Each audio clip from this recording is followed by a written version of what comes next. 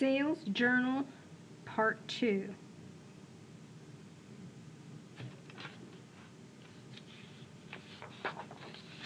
So in our last video, we had just completed the sales journal. So now we're ready for posting.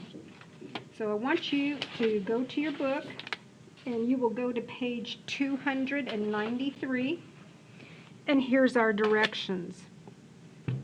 Work together 10-2, posting from the sales journal.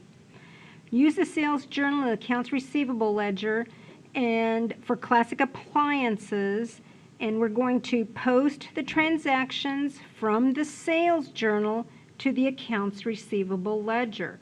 So we are doing number 1, posting the transactions from the sales journal to the accounts receivable ledger.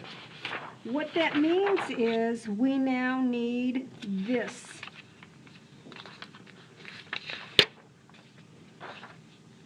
Okay, so this is our accounts receivable ledger. So all we're going to do is come over here to Lenny Stanford, number 1, and we'll go over to him in the accounts receivable ledger. So on the 2nd, our customer Lenny purchased something. Where are we getting this information that we're posting to? Page 9 of the sales journal. So that would be S9. And according to this, we're accounts receivable debit. So here's debit. And since it's accounts receivable, it already has a debit balance. And a debit here would mean that our customer is buying additional things from us. So according to this, we have $1,696 worth of merchandise that they have purchased from us again. The new balance, we have a debit and a debit, so we're adding, and our balance will be $3,885.36. The last step in posting is 110. So we'll come over here and we will write 110. That way, if the phone rings, I go to the restroom, whatever it may be, I come back and I say, well, where am I? Well, I know exactly where I am.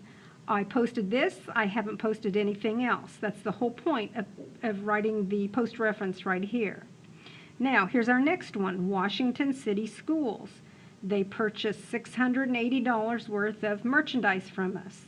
So we'll come over here to Washington City Schools as of the 6th, and it's S9. They purchased $680 from us. They already had a balance, so we're going to add these two, and it will be $2,189.45. The last step is this account number, and it will be 130. And we'll continue on and do that. Go over to Venice Cafe, and Venice Cafe was on the 7th. S9, they purchased $2713.60 worth of merchandise. And our new balance, we're going to add a debit and a debit, $3,103.94. Our last step is the account number. We will come over here, 120.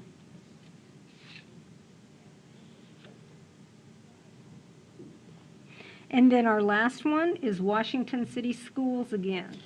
So we'll come over to Washington City Schools, and it will be on the 15th. S9 for Sales Journal 9. And it will be for $1,849. And then your new balance, a debit we're going to add, will be $4,038.45. And we have just completed instruction number 1, post the transactions from the sales journal to the accounts receivable ledger. And then Let me put my 130 right here. So we've completed that. Now, in instruction number 2, it says to total, prove, and rule the sales journal. So we're going to come over here, and we're going to total. So we'll set this aside. I'm going to single rule. It will be as of the last day of the month, and it's September, so it'll be on the 30th. The word totals. And then we're just going to add our columns. So your first column is $6,938.60. Your second column, the total is $6,689. And your third column is $249.60. Now, before I double rule, then it also told me to prove my journal. So in your packet, you should have a form that resembles this. So we're only doing this one here because that's all we've done is the sales journal. So it's asking you, what is the amount in your total for the accounts receivable debit? So my accounts receivable debit is $6,938.60. And then I have 2 other totals, and really I'm missing this right here, okay? Or not. We should have, so I think these lines are a little off. So what is your sales tax credit? And I think it's because there's just credits here. I'm going to go ahead and erase this. Okay, so what is the amount in your sales credit column? Well, your sales credit column has $6,689, right? So as I'm looking, there's the total of my sales credit. Now, debits and credits have to equal. That's the whole point of doing our proving. So you have another credit, which is this $249.60 for your sales tax. So I will put $249.60. So now I'm going to add my columns. Well, there's only one debit here, so there's only one debit. So it's $69.38.60. And if I add these 2 columns, it will be $6,938.60. So I've just proved my sales journal because they're the same. They must be the same. So I've totaled it, I've proved it, and then the last step is to post. Ruled it, and then I'm in instruction number 3. So instruction number 3 tells me to post the sales journal. So I'm going to post the sales journal.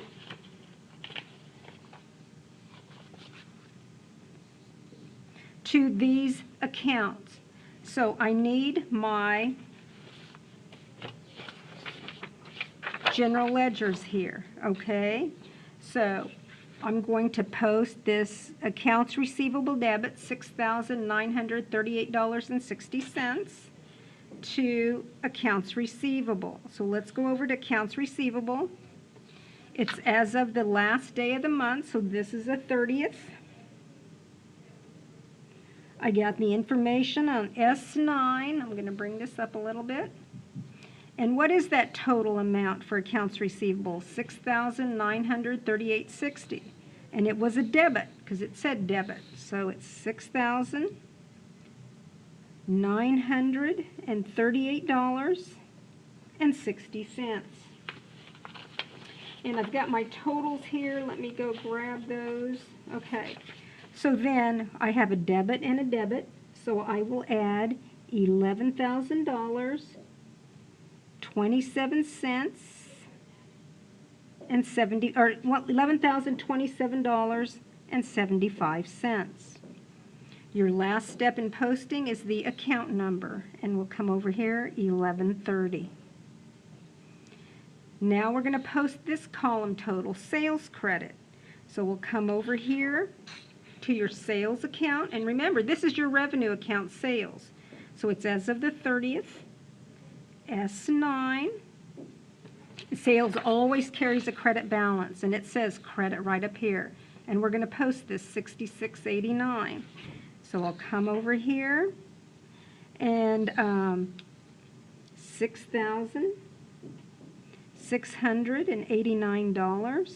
I will add these two, and it will be $191,000, or $191,885.31. So once again, $191,885.31. The last step is my account number, which would be 4110. Okay? So our last column is the sales tax payable credit of the $249.60. So we're going to come back over here to sales tax payable. It's as of the 30th. We got the information on Sales Journal page 9, so it's S9. And our sales tax payable was a credit for $249.60. I have a credit and another credit, which means I'm adding. So it'll be $2,733.78. My last step will be to write the account number, 2120, just like we've done in the past. So you can see how things are similar. So as far as our instructions go, we are done with Work Together 10-2. So we've posted the sales journal to the general ledger. That's just what we finished doing. And that is your sales journal.